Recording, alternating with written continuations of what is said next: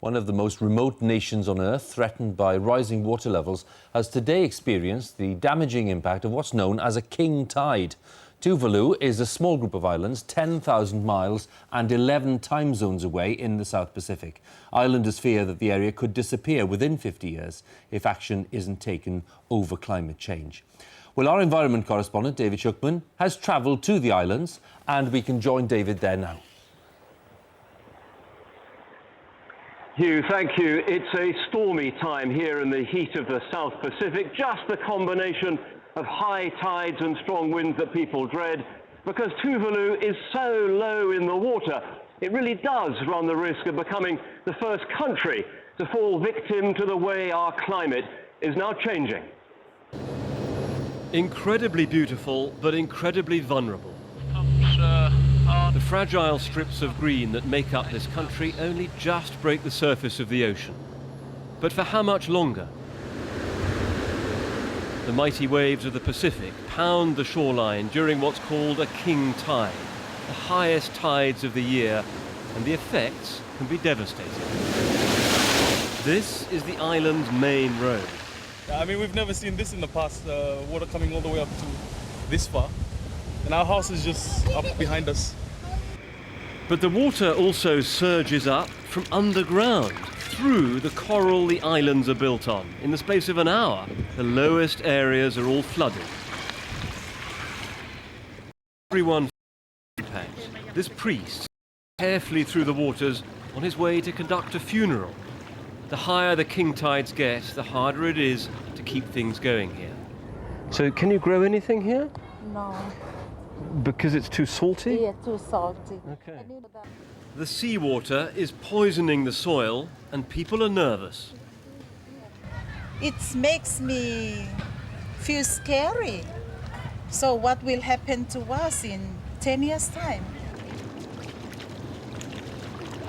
This isn't like other floods that I've covered with a single catastrophic event. Instead, it's a creeping process with this seawater flowing up into the heart of these islands and slowly, but effectively, killing them off. The water bubbles up in tiny streams, and everywhere you look, it just lies on the surface. And the problem is getting worse. At the harbour, the rising swell is monitored by an Australian system. The measurements go back 15 years. And at the local Met Office, they say the king tides are getting higher, a trend forecast to continue. In prediction, the next 5 to 10 years, the king tide is getting worse and getting higher than normal. Then most of the coastal areas will be washed out. The implications are alarming. A typical high tide reaches about 2.5 meters. A king tide like now can be more than 3. The UN Climate Panel forecasts a rise of another 0.5 meter, when the highest point is only about 4.5 meters. Now, for Tuvalu, each scenario would cost precious land. Only a small rise would see parts of the island go under, perhaps even the runway, a lifeline to the outside world. How long have you got? Not more than 50 years. In fact, some of the islands have already disappeared. Please help us. You cause climate change. You know, the polluter pays principle must apply. You must set up a global fund to which these islands can come and tap into to build their resilience, to build their capacity, their education, technology, and all that, and restore what the damage has been done.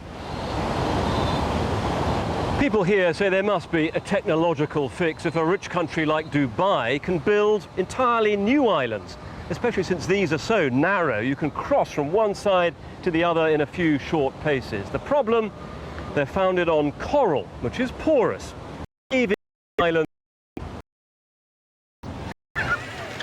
For the children of Tuvalu, the floods are fun. But for them to lead their lives on these islands will require massive international support. And with just 11,000 people here, will the outside world think it's worth it?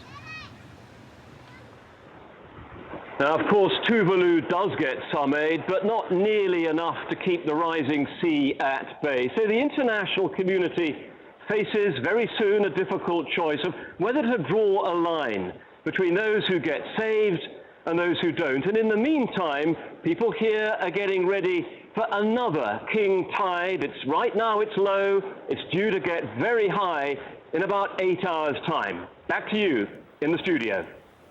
David, thank you very much. David Shukman there, our environment correspondent in Tuvalu.